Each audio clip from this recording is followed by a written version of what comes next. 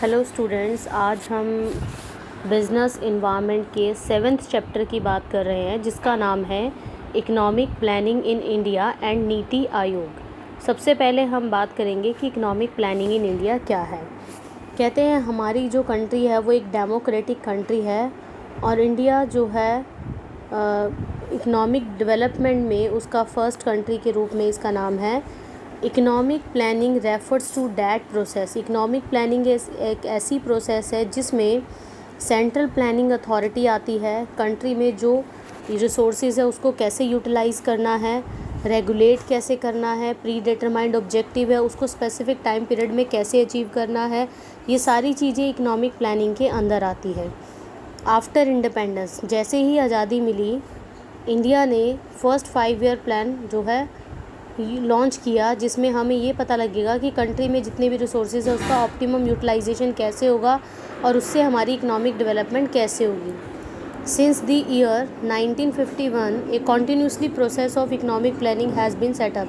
क्योंकि economic planning जो setup हुआ था वो 1950 में हुआ था और 51 से ये कॉन्टीन्यूसली प्रोसेस चलती गई और 12th 5 ईयर प्लान को फॉर्मुलेट किया गया।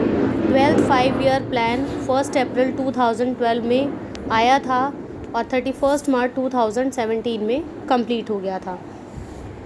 कहता है जैसे ही प्लानिंग कमीशन सेटअप हुआ था 1950 में, इसकी जो इन्होंने फॉर्मुलेट किए थे प्लान्स, उसका मेन पर्पस यही था जितने भी हमारे पास अवेलेबल रिसोर्सेज हैं, चाहे फिर वो फिज़िकल है, कैपिटल है या ह्यूमन रिसोर्सेज है, उसका प्रॉपर तरीके से यूटिलाइजेशन कैसे किया जाएगा। लेकिन अब प्लानिंग कमीशन को चेंज कर दिया गया है, उसका नाम है नीति आयोग और नीति आयोग के जो चेयरमैन हैं वो हमारे प्राइम मिनिस्टर हैं।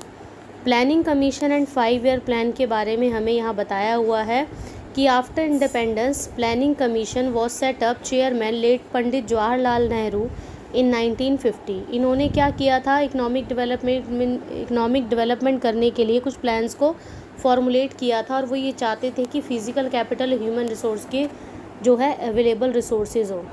8 दिसंबर 1952 में नेहरू ने एक फाइनल ड्राफ्ट प्रेजेंट किया था फर्स्ट 5 ईयर प्लान लोकसभा में और prime minister of India is the ex officio chairman of the planning commission. इसकी इस टेबल में ड्यूरेशंस बता रखे और ये बता रखा है कि क्या ड्यूरेशन रहा, हर एक पब्लिक सेक्टर पर कितना पैसा खर्च किया और जीडीपी में कितनी ग्रोथ रही। तो फर्स्ट 5 ईयर प्लान आपका स्टार्ट हुआ था 1951 to 56 में, जिसमें पब्लिक सेक्टर पर 1960 करोड़ खर्च किए थे। उस टाइम जीडीपी की ग्रोथ थी 3.7। डे बाय डे ये इंक्रीज़ होता गया और फिर उसके बाद एक रिपोर्ट तैयार हुई। उस रिपोर्ट में ये बताया गया कि अगर ओवरऑल जीडीपी ग्रोथ की बात करें हम, तो 2005 और 6 में 9.4% जीडीपी ग्रोथ थी, 6-7 में 9.4 से 9.6 हुई, 2007-8 में 9.1 हुई। इस ग्लोबल ग्रोथ के कारण 2008-9 में डाउन चली गई 6.7। फिर जैसे ही 12th 5 ईयर प्लान हुआ ये 8% स्लो डाउन में चली गई।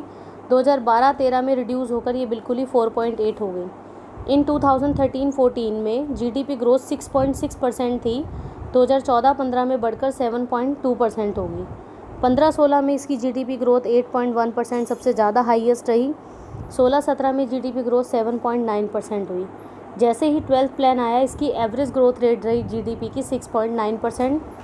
2017-18 में जीडीपी की ग्रोथ 7.2% थी, जो कम होकर 6.8% होगी 2018-19 में। अब आता है what are the features of economic planning. सबसे पहले हमने बात कही ये डेमोक्रेटिक है। हमारी economic planning in India democratic in nature क्यों है, क्योंकि इसमें जो है कुछ प्लान्स को फॉर्मुलेट किया जाता है और फाइनली अप्रूव्ड मिलती है एनडीसी से। एनडीसी यहाँ पर नेशनल डेवलपमेंट काउंसिल है और जितने भी चीफ मिनिस्टर्स होते हैं स्टेट के वो एनडीसी के मेंबर होते हैं और एनडीसी को head over prime minister of India करते हैं। इसमें जो डिफरेंट एक्सपर्ट्स होते हैं, ऑर्गेनाइजेशंस होती है, सेंट्रल या स्टेट गवर्नमेंट्स होती है, उनके जो ओपिनियंस है वो लिए जाते हैं कि 5 ईयर प्लान को कैसे फॉर्मुलेट किया जाए। तो इकोनॉमिक प्लान इन इंडिया जो है वो फॉलो करती है डेमोक्रेटिक पैटर्न को। डिफरेंट सेक्टर में 3 ही सेक्टर आते हैं, पब्लिक सेक्टर, प्राइवेट सेक्टर और जॉइंट सेक्टर। पब्लिक सेक्टर में जो ऑल ओवर कंट्रोल होता है वो गवर्नमेंट्स के हाथ में होता है, वो बेसिक और हैवी और की इंडस्ट्रीज़ के ऊपर फोकस करती है।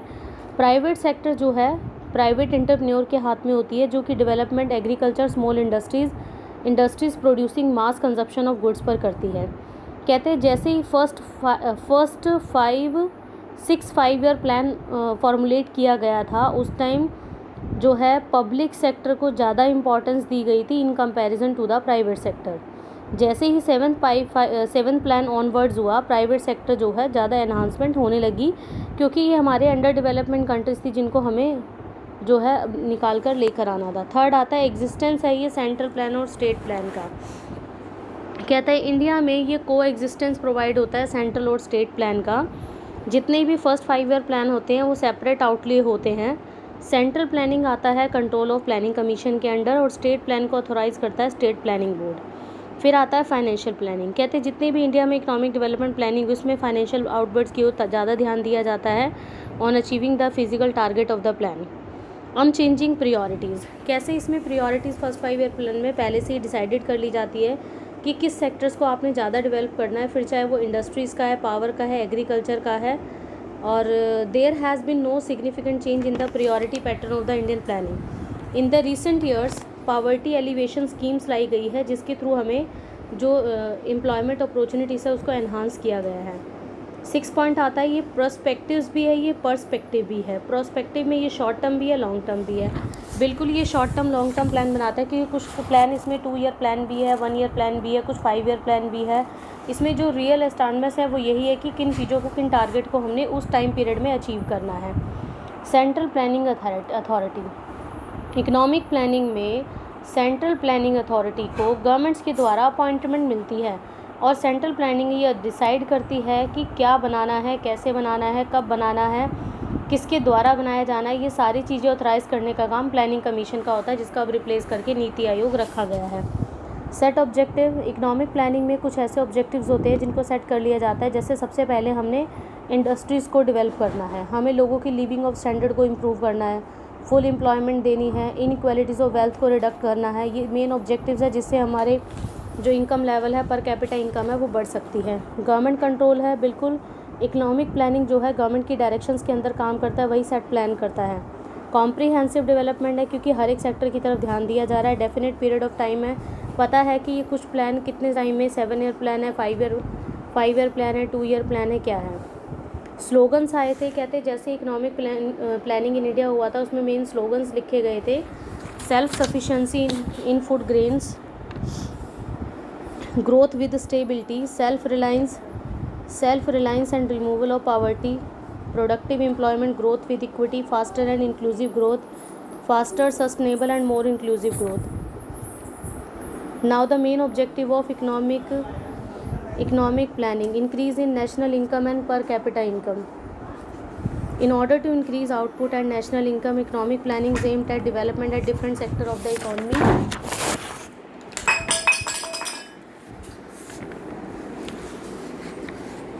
कहते हैं कि आउटपुट और नेशनल इनकम तभी बढ़ सकती है जब आपकी सेविंग सेक्टर या हर एक सेक्टर की ग्रोथ को एनहांस किया जाएगा। तो धीरे धीरे इन्वेस्टमेंट का कैसे सोर्स बढ़ता है, आपकी सेविंग कैसे इंक्रीज़ होती है, इसकी तरफ देखा गया है। सेकंड आता है reduction in inequalities of income. कहते हैं अगर हम वेलफेयर की बात करें तो इनइक्वालिटीज़ तभी ख़त्म हो सकती है जब हमें क्लास स्ट्रगल को ख़त्म करना होगा। हमें ये देखना पड़ेगा कि जो टैक्सेस के रेट है वो पुअर पीपल और रिच पीपल के हिसाब से कैसे हमें लगाने हैं। थर्ड आता है रिडक्शन इन रीजनल इनइक्वालिटीज़। कहते जो रीजनल इम्बैलेंस बना हुआ है उसको हम थ्रू इकोनॉमिक प्लानिंग ही ख़त्म कर सकते हैं। हमें स्पेशल अटेंशन देनी है बैकवर्ड और अंडर डेवलपमेंट एरियाज़ की तरफ, स्पेसिफिक फैसिलिटीज़ प्रोवाइड करनी है उन इंडस्ट्रीज़ के ऊपर जिनको हमें जो है जो बैकवर्ड एरियाज़ में पड़ते हैं। फिर आता है प्राइस स्टेबिलिटी। प्लानिंग कमीशन का एक और काम होता है कि प्राइस में एक स्टेबिलिटी बना के रखनी है। Attempts are made to prevent violent changes in prices and economy with inflation and deflation. Fifth point आता है इकोनॉमिक डेवलपमेंट। कहता है the main objective of the economic planning in under development economic to achieve all round development of the economy by removing obstacles. जितने भी obstacles हैं उनको remove किया जाना है। Higher level of economic development living of standard को improve कर देती है। एम्प्लॉयमेंट कैसे बढ़ेगी? एम्प्लॉयमेंट तभी बढ़ेगी जब रीजनल इम्बैलेंस को ख़त्म कर दिया जाएगा। Full utilisation of available resources. कहते हैं हमारे इकोनॉमिक डेवलपमेंट में हमारे पास कुछ ऐसे नेचुरल रिसोर्सेज हैं जिनका ऑप्टिमम यूटिलाइजेशन किया जाना चाहिए और ऐसा गवर्नमेंट के द्वारा ही पॉसिबल हो सकता है। सेल्फ सफिशिएंसी कहते हैं बहुत सी ऐसी कंट्रीज़ होती है जो इंटरडिपेंडेंट रखती है और उसके हिसाब से अपना काम करती है, लेकिन हमें ऐसा नहीं करना। हमें मोस्टली सेल्फ सफिशेंसी क्रिएट करनी है ताकि जो हर एक सेक्टर को इम्प्रूव किया जा सके। रिकन्स्ट्रक्शंस ऑफ इकोनॉमी कह रहा है अनदर ऑब्जेक्टिव जो इकोनॉमिक प्लानिंग का है कि हमें हमारी इकोनॉमी को रिकन्स्ट्रक्ट करना है। रिकन्स्ट्रक्ट जैसे कि नेचुरल कैलेमिटी से बढ़ाना है, वॉर रेवेंस से करना है, जितनी भी साइक्लिकल फ्लक्चुएशन है उस सिचुएशन से हमें कौन सी पॉलिसीज़ लेकर आनी है, ये सारी चीज़ें। Social securities in capitalistic countries poor peoples are lacking social securities. They live under the perpetual fear of unemployment, poverty, etc. They are exploited by the influent class of the structure. The main objective of the economic planning is to provide social security to the poor and exploit class of the struggle.